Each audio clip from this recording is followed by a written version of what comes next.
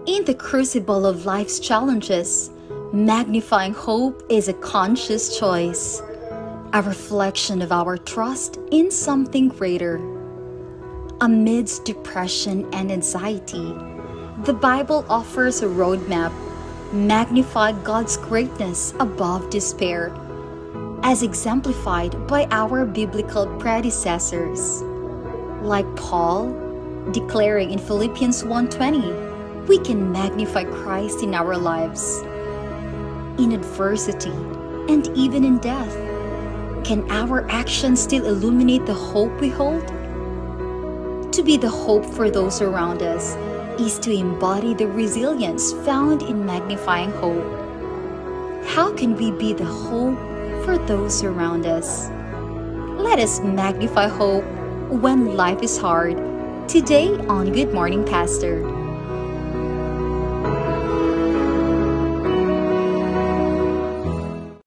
Yes, mga kapaglaom, ngayong umaga nito, mapalaban kami ni Charm. Kasi yung bisita natin, ang guest pastor natin ngayon, ang ating communication director sa NPUC, and ang atong president sa Hope Channel Philippines.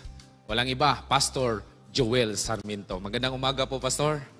Thank you, Hoy. Yeah. Masaya po kami, Masaya Pastor, kami, na kayo ay nakadalaw dito po sa Hope Channel South Philippines. Actually, this is not his first time coming here. How many times po kayo napunta dito, Pastor? Marami ng beses. Marami pero na. as a president, siguro second time.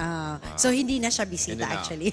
He's a certified South Filipinian. And usa ka pribileo na to, Charm, makauban na to si Yeah, Pastor Joel. salamat talaga, Pastor, for accepting the invitation to come here and to grace the celebration of Hope Channel South Philippines. And we're so happy, mga kapaglaom, that we have here with us our president, the Hope Channel Philippines president. And this morning, we'll be talking about let's magnify hope in times of difficulties or in hard times. Pastor, how do we magnify or how do we put our hope in God in times of difficult situations? So, ito ay napakaganda nitong topic na to. Pero bago ko sagutin yung tanong mo, Charm, Yes, Pastor. As a pastor, gusto ko ma-emphasize, lalo na sa ating mga taga-panood, na ito'y hindi madali. It's easier said than done. Correct. Kasi mahalaga na itaas natin, i-exalt natin, i-magnify natin ang pangalan ng Panginoon. Pero we cannot do this po unless we have a concrete, deep relationship with Jesus. Ito yung muna yung gusto kong i-emphasize. Kaya mahalaga po na makita sa ating buhay ang pag-asa, maitaas natin ating Panginoon. Pero ito'y ang mahalaga muna ay iayos natin ang ating relasyon sa Panginoon. Dahil ang ating relasyon sa Kanya, just like David, in Psalms 34, bago niya sinabi sa tao na magnify the Lord, magnify His name in your life, even in times of difficulties, because he had a deep and personal relationship with Jesus. That is very important. Yeah.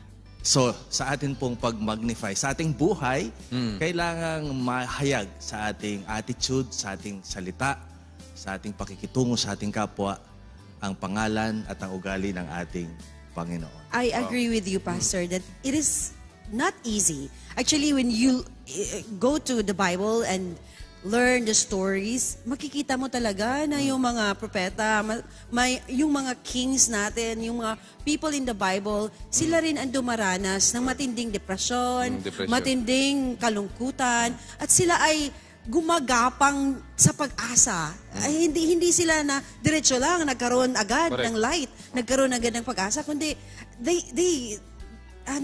dumaan pa sila. Hindi talaga, it's a process kumbaga mga kapaglaom. It's not just tuwing diretso lang. So it's not that. So I agree with you, Pastor, that it takes time na, I agree with that wing, no, na step one, take a closer relationship with God. Correct. And then at that moment na nandun ka na, pwede na, may spark na yung hope mo dun. So, Pastor, karamihan sa mga tao sa Biblia, ang nakaranas ng depresyon, pagkabelisa, ngunit paano sila tinuruan ng Diyos at palakihin ang kaniyang mga dakilaang halip na mawalan ng pag-asa. Perfect. Tagalog. Okay. Thank you. Thank you, Owen. Yeah, sa katulad ng ating dinidiscuss, hindi sila nakarating dun sa stage ng kanilang buhay that they are expressing na we have to magnify the Lord. So we have to lift the Lord in our life even in times of difficulty unless dumaan sila. God allowed them to experience, allowed them. So pinahintulutan ng Panginoon na dumaan sila sa mga suliranin, sa mga problema. Katulad nabanggit ko kanina si David. He went through a lot of trials, pero pagdating sa Psalms 23, the Lord is my shepherd, ang sabi niya. Kaya pagdating niya sa Psalms 34, exalt the name of the Lord. Ganun din ang karanasan ni Moses, ni Elijah. Talagang God allowed them to go through experiences. Pero tandaan po natin, when I say the term God allowed them, hindi niya sila pinabayaan. Nandun pa rin ang pag-iingat niya, nandun ang patuloy na assurance niya that I will protect you and I will be with you. And the perfect example I believe on that is Job. Di ba, Pastor? Di ba, sabi ng Panginoon, do not take away his life. Is that the word, Pastor? Is that the right term? Yeah, so I believe God allowed Job to go through suffering na binigay ng kaaway. Hindi galing yun sa Diyos. Pero he emerged victorious, exalting the name of Jesus dahil kilala niya ang kanyang Panginoon na pinaglilingkod. Yeah, I like that. And even Elijah, Pastor, right? Nung panahon ba na yung time ni King Ahab, yung time na sa altar, may fire. Pero pagkatapos nun, God has been magnified. Pero na-depress si Elijah, nagtago siya. If you look at the Bible, mga kapaglaom, they are a representation of us. Yes. Na minsan talaga may faith tayo. At after an hour, nag-worry na naman. Di ba, Pastor? And I want to connect that on the Philippians chapter 1 verse 20, Pastor. Sabi po ni Paul doon, Christ will be magnified in my body, whether by life or by death. Now, how can we magnify Christ in our life?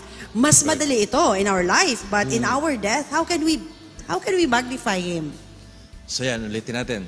Si Paul, bago siya umawot dito sa Philippians na ito, ay talagang he saw himself as a sinner, as someone na nothing without Christ. Kaya nung he encountered God Himself, Jesus Himself, talagang all his life ay talagang wala siyang ibang adhikain kundi itaas ang Panginoon. So we can magnify just like what Paul mentioned before dito sa Psalms, Philippians chapter 1, verse 20. Pagdating sa 21, ang sabi niya, to live is Christ and to die is gain. So sa kanyang attitude, sa kanyang view towards Christ, Christ is all in all sa kanyang buhay, sa kanyang ministry, sa kanyang lahat ng ginagawa, paglilingkod sa tao. And this is how Paul magnified Christ in his life. Yeah, so meaning when we died, kaya pala yung mga eulogies. Leave mo na. You are a sermon. Kumbaga yun, Pastor, no? Yeah. When you are right now, mga kapaglaong buhay po tayo ngayon, nakikita tayo ng ating mga kapitbahay, nakikita tayo ng ating mga kapwa, kung saan man tayo nagtatrabaho, doon dapat makita si Kristo. Yun yung pinaano ni Pastor, no? At sa ating pagkamatay, is it okay to say that? Napaka-awkward, no? Pero when we died, yung nag-glorify natin si God. When we listen to eulogies and yung mga tribute nila, marinig, tama ba aking pag-intindi, Pastor? Na during that time that when you are away na sa life, makikita pa rin ang Diyos sa buhay mo.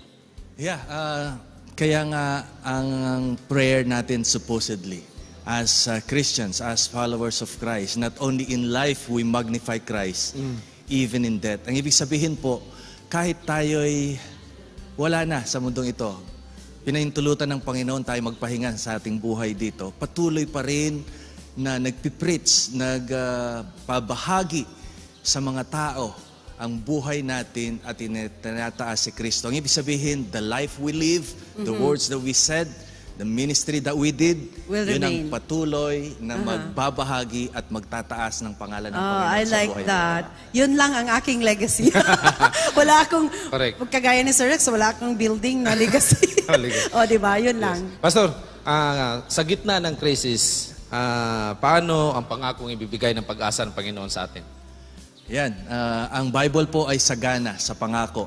So all we need to do is to search the scriptures, pag-aralan natin yan, at makikita natin ang assurance ng Panginoon na nandyan siya. Whatever we experience, we go through, from Genesis to Revelation, the Bible is filled with promises that He will be with us. Kaya po, patuloy nating panghawakan ng pangako. Kaya ulitin ko, Tawing, ito madali kasing sabihin. Oh, pero okay. kapag we are in that experience already, Correct. Oh. pag may sakit na ang ating Ang anak, hirap. wala Correct. tayong pambili ng gamot, Correct. wala tayong pupuntahan. Pero po, ito'y mangyayari sa ating buhay kapag meron tayong relasyon sa Diyos. So, huwag niyo munang isipin yung ibang bagay or yung sasabihin ng tao, how the people look at us. Mahalaga, you spend time praying, studying His Word, developing your relationship with Jesus, and this will automatically show in your life, magnifying Christ. Yun yung makita ang fruit of the Holy Spirit Correct. in us. Pastor, we keep on saying na we should be the hope. Marami namang disappointments, maraming depressions, maraming reasons to cry. Ako, madalas akong umiiyak. Di ba? How can we be the hope? Can we put that in a picture? Dapat lang ba palagi tayong masaya? Dapat lang ba ganyan? Ano ba dapat, Pastor? Hindi naiiyak. How can we be that hope? Yun po ang, yun nga, with your relationship with God, He will change us little by little. Hindi madali.